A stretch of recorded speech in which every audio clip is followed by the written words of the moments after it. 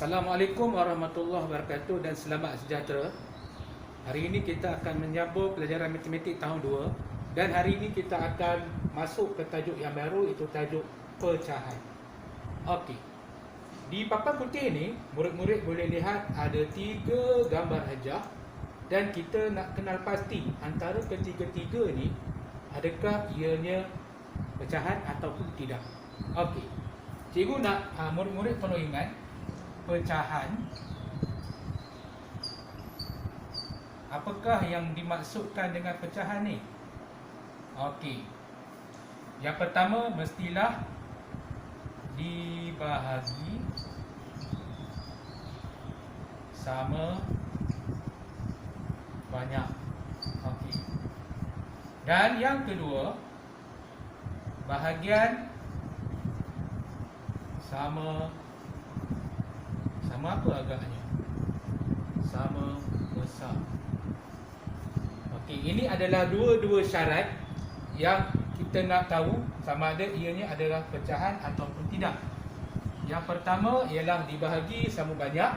Katakanlah sebiji kek kalau kongsi 5 orang, mesti antara kelima-lima ni semua bahagiannya sama banyak. Dan yang kedua, bahagiannya sama besar. Dalam kes tadi, katakanlah kek itu dibagikan 5, dibagikan sama banyak dan setiap bahagian mestilah sama besar. Dia tak boleh ada orang dapat sikit, ada orang dapat banyak, ada orang dapat besar, ada orang dapat kecil. Itu bukan syarat pecahan. Okey, kita lihat kepada 3 gambaran di atas, A, B dan C. A, adakah ini dia pecahan? Tidak, kerana kedua-dua bahagian ini tidak dibahagikan sama banyak. Bahagian berlorik dan bahagian tidak berlorik tidak sama besar. Yang kedua, B, adakah ianya sama besar? Tidak. Kenapa? Sebab yang berlorik kecil, yang tidak berlorik besar.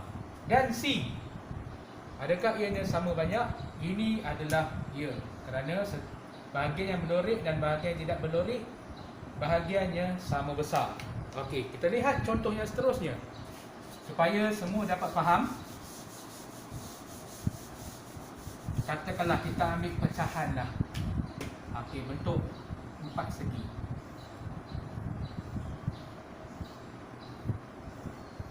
Ini adalah konsep pecahan, sebab kalau semua kena faham konsep pecahan baru kita boleh teruskan dengan kamera-kamera yang lain. Okey, katakanlah sebiji kek kita potong 4. Kita nak potong 4.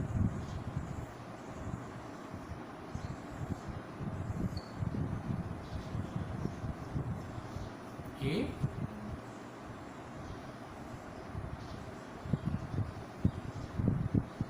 B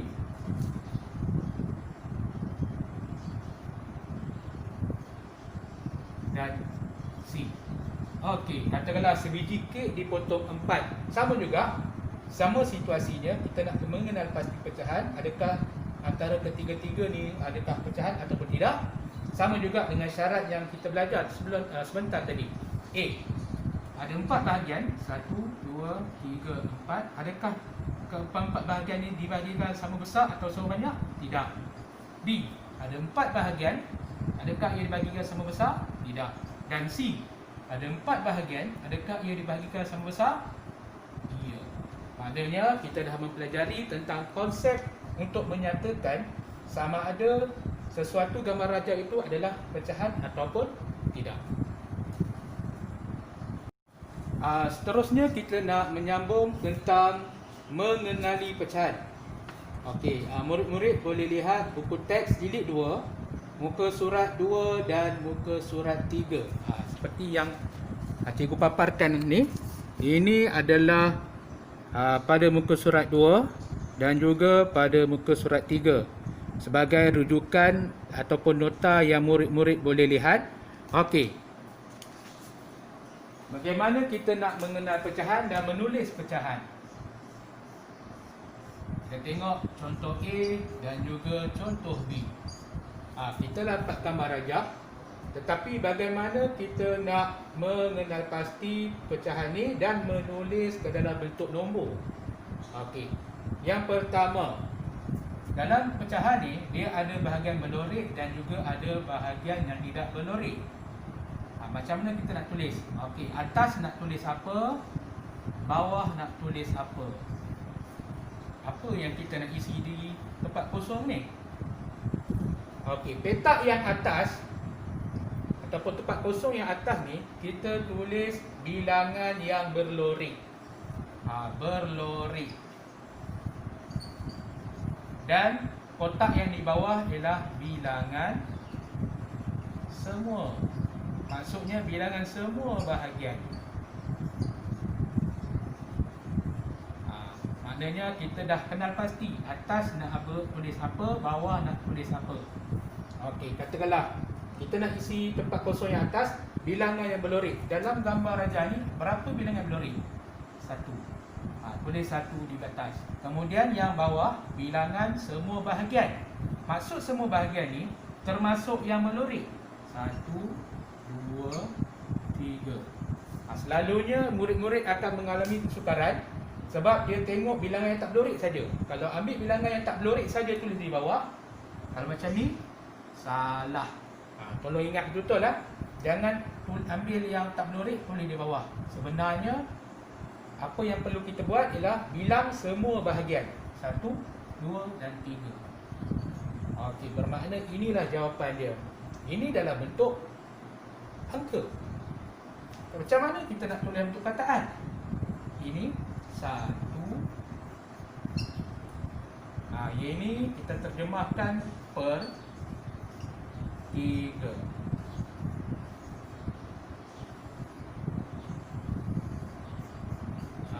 Maknanya ini dalam bentuk nombor, angka. Ini adalah dalam bentuk perkataan. Boleh faham? Okey, kita tengok B pula. Ada gambar rajah di sini, pecahan di sini. Sama juga, kotak atas kita nak tulis apa? Kotak yang tempat kosong bawah nak tulis apa? Okey, atas ni ialah bilangan yang berlori. Berapa yang berlori di sini? 1. 1 di atas. Kemudian yang bawah ialah bilangan semua bahagian. Kita bilang balik. 1, 2, 3, 4, 5, 6, 7, 8. Bermakna jawapannya ialah 1/8. Dan jawapan di bawah ini dalam bentuk angka. Kalau dalam bentuk perkataan 1/8.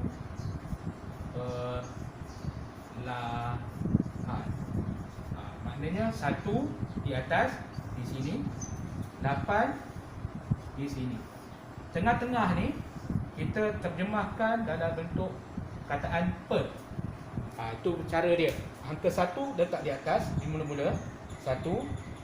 Yang jadi pemisah ni kita tukarkan menjadi per, dan 8 akhir sekali. Kita boleh tulis rapat-rapat per 8 ni.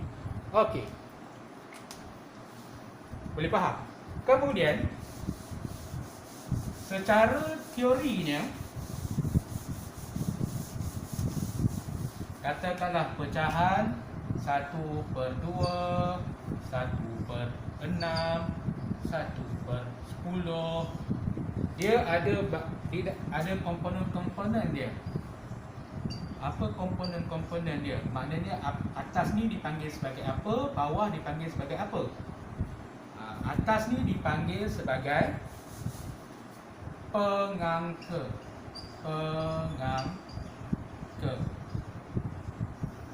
Dan kalau nombor di bawah, penyebut. Sama juga, mana-mana pecahan pun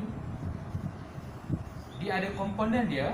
Atas dipanggil sebagai pengangka dan bawah dipanggil sebagai penyebut. Tolong ingat bahagian-bahagian komponen dalam pecahan. Sama juga, pengangka ni boleh dimaksudkan sebagai bilangan yang berlori.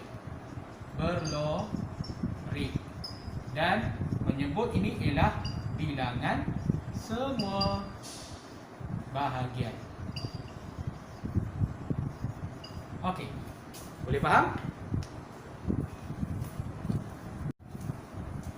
Kita akan teruskan lagi dengan kemahiran menulis pecahan. Okey, menulis pecahan ni dia terbagi berdua, iaitu menulis dalam bentuk angka dan juga menulis pecahan dalam bentuk perkataan. Okey.